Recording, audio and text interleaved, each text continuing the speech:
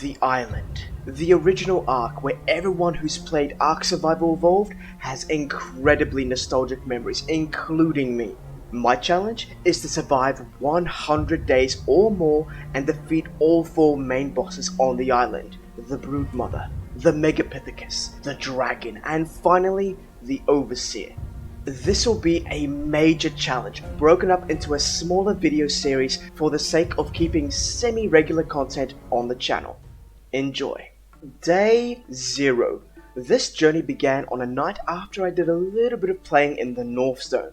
I decided against spawning in this area as I wanted a little bit more security, and I clearly select the West Zone 3 section. My first mistake was creating a new survivor because, as you see, my default choice is back to the north now, unbeknownst to me. Day 1. I awoke on the beach, blinded by the light. Moments later, I realized something is up. From my apparent naked body, I procure a map out of my ass and see that I'm back in the north. I don't want to be here, so a quick decision was made. Fishies. Fishy wishies. Instead of finding said fishies, I succumb to a breathtaking end. Fun fact, did you know that if you are deprived of oxygen, you snap your femur? Look there, I'm not wrong. Well, he had enough oxygen to yell underwater, which is amazing. Okay, let's try this again. West Zone 3, let's do this. Well, would you look at that, it spawned me in the snow biome. Guess I'll just die. Also, hypothermia snaps your femur as well. Let's try again. God damn it. Well, would you look at that, I'm not freezing in the actual water. Oh, but wait, there's more. Jesus. Now look at this. West Zone 3 is here, and I'm spawning here. Are you taking the piss, Ark? How many times is this now? Okay, last time. Oh, for God's sake. Can you help me, sir?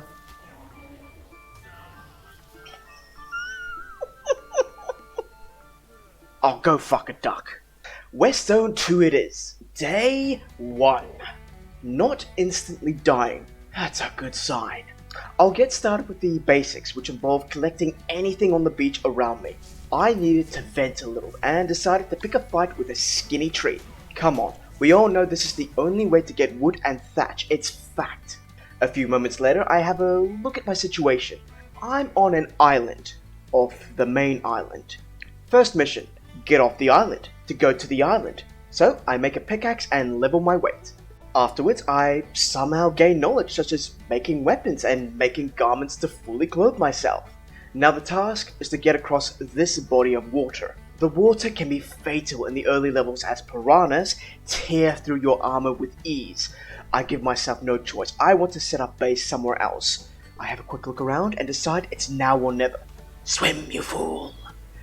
No piranhas, but that could be bad.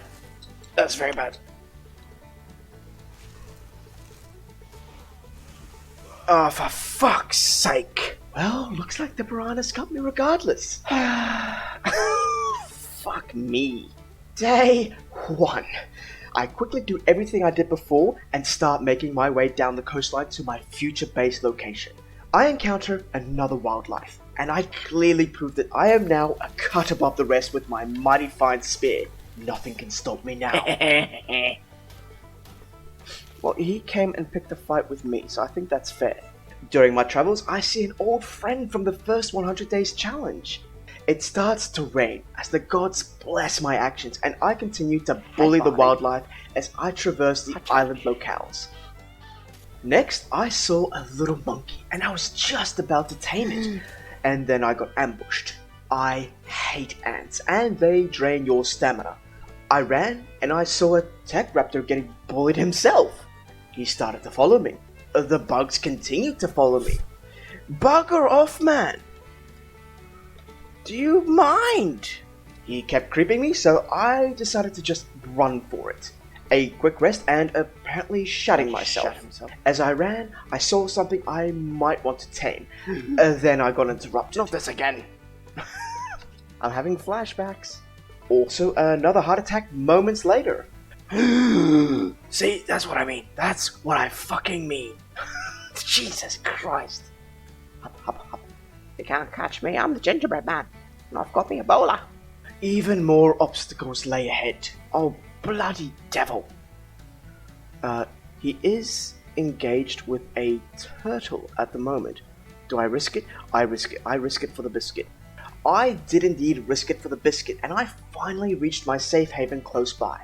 It was finally the early hours of day 2, and I am now in what I will call my home for the next 100 plus days. I cleared out some land and gathered resources for my future base. I picked up an explorer note nearby, and this will help skyrocket my levels as I make my base foundations. I like this tree. It is a nice tree. The tree of life. The liver tree as I played Final Fantasy IX when I was younger. This tree is my safe haven, and I will build around it.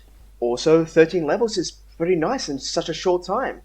Just as day breaks, I place the last foundation around the tree and get greeted by the sun. I was getting heavy, so I made a chest to store all my stuff. Next up, a campfire for making some proper survivor food. Lots of gathering later, and I made myself a little crappy house to begin with. Okay, maybe it's just a wall for now, but it'll do. And now, I stood alone in my abode, and I decided I wanted to tame something, a friend even. So that night, after building the base some more, I got some items I would need, including some hide gear for protection.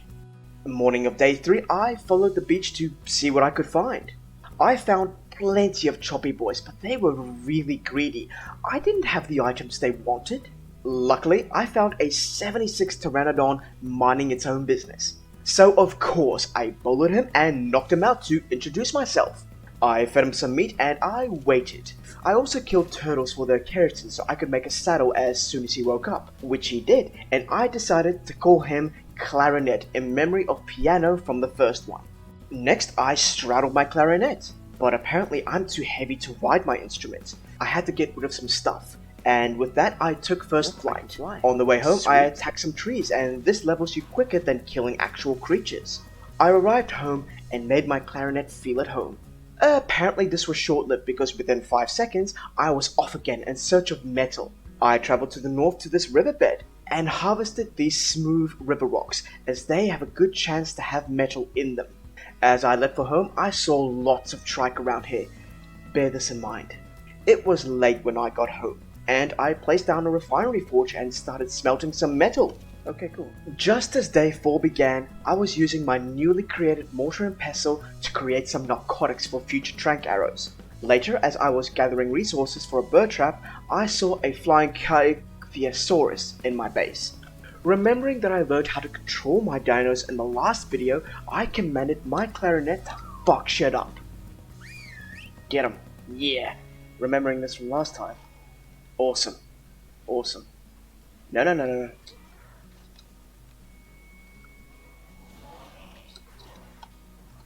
You're supposed to get him. What are you doing, mate? Okay, I think he's attacking him. Or he is. This is aerial combat. Yes. He eventually got the job done. In the morning, I had enough resources to place down a smithy, and the first thing I did was make myself some proper metal tools, which will be very helpful. I also had an appropriate send-off for the other tools afterwards. Begone, fools. You know what I miss while flying up here? A spyglass, so I can actually see the levels of creatures. So I flew to the mountains to get myself some crystal. It's hot up here, but it's worth the sweet, sweet crystal I'm about to receive. Morning of day 5, with a new spyglass, I spied a level 64 trike on the beach at that river. A little further north, I spied a 56 Argy and decided I'll go for the bird first as my clarinet can barely carry me, let alone a trap for a trike. As is tradition, my trap is set for the bird. I grab its attention with my musical instrument. I ditch my instrument and land the first shot. Okay, cool. I lead him into my trap, but I'm in for a little bit of a surprise. And that didn't work. Okay.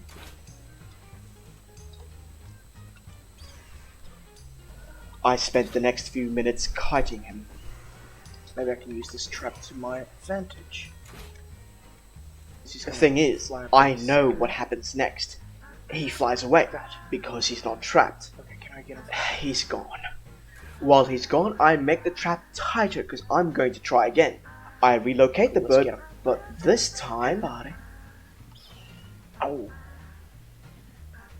Hey, no, come here, buddy. It's like he remembers. He won't fall for my shenanigans again, and he's going into the frozen zone. I've now effectively lost this bird. With that failure, I went back for the trike who I separated from the herd. I quickly got my trap, and once I was set up, I rudely introduced myself. Fled within my trap and continued to shoot her in the back this time because it's more effective to shoot them there as opposed to the head. There we go, she's out. But she wakes up quickly and I call her Trisha. I take her home feeling very proud of myself, and to my delight, I spotted something on the way home. That is a little monkey. I quickly vanquished a raptor just further on because I wanted no distraction when taming this little chimpy. When it was clear, I started the passive tame.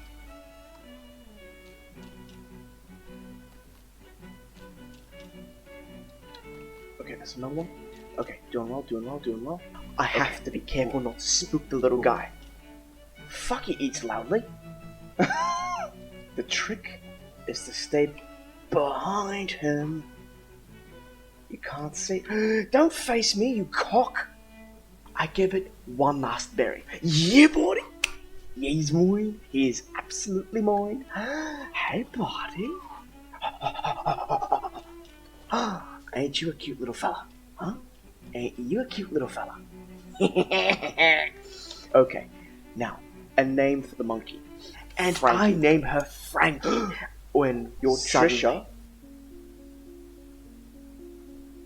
What? I'm sorry? Why the fuck was my Trisha out in the water? Oh. Just so we have some stamina there. Okay. Leave you to do whatever. Really? God fucking damn it. I was very upset with this, even though I just tamed a Frankie. It had all my arrows on it. Later this day, I found a moss chops that was pleading for a single Tinto berry. A 72 moss chops, mind you, so that is definitely a bonus after that tragic loss. On day 6, I used Tinto to get a lot of narco berries for narcotics to replenish my stocks, as sadly Trisha had all of mine on her. Frankie supervised everything. Shortly later, lots of arrows and tranks were incoming. Tranks for this bird, which I'm now leading towards my trap. When I took my bird away, I saw that this one voluntarily flew into the trap, so I was obliged to shut the gate. Oh, yes. My god, I didn't have to do anything. That's amazing. I doped her up and waited for her to tame. She tamed up and I called her Angelina. Hello. How are you doing, girl? I don't think she likes the name Angel. Wow. I've never been stared down by a bird, but that would be it right there. On the way home, I realized that Frankie might be scared of heights. He never expected this in his lifetime. No, he didn't. That's right, Frankie. So, day 7, I straddled Angelina and I went tree harvesting to level her for a good amount of time. As I was doing this, I found a scroll, so this leveling thing went much quicker. By the end of it, she had plenty of carry weight and stamina, which is ideal for metal runs, which is exactly what I did next. Standing at the roof of the world and gathering metal feels amazing. Also some obsidian on the side. I bet Frankie has never seen anything like this before. On the way home, I saw a little body of water and I remembered that beaver roam there. This is the location I mentioned up close. Speak of the devil, there they are, and a level 88 to boot. Very nice. A quick distraction later. Ragnarok over here is just absolutely wrecking everything. Oh, do you see that? These salmon have no idea. This Baryonyx is fighting, what level is this? A level 44 bird. Jesus, man. Wow. Yeah, Frankie doesn't like jump scares. Ignoring this, there are some Doedicurus in this area, so these are the two creatures I really want to tame next. Morning of day 8, I decided on a location and learning from my first video, I made a trap in which I will bring creatures to drop into. I spotted my quarry and I simply abducted him.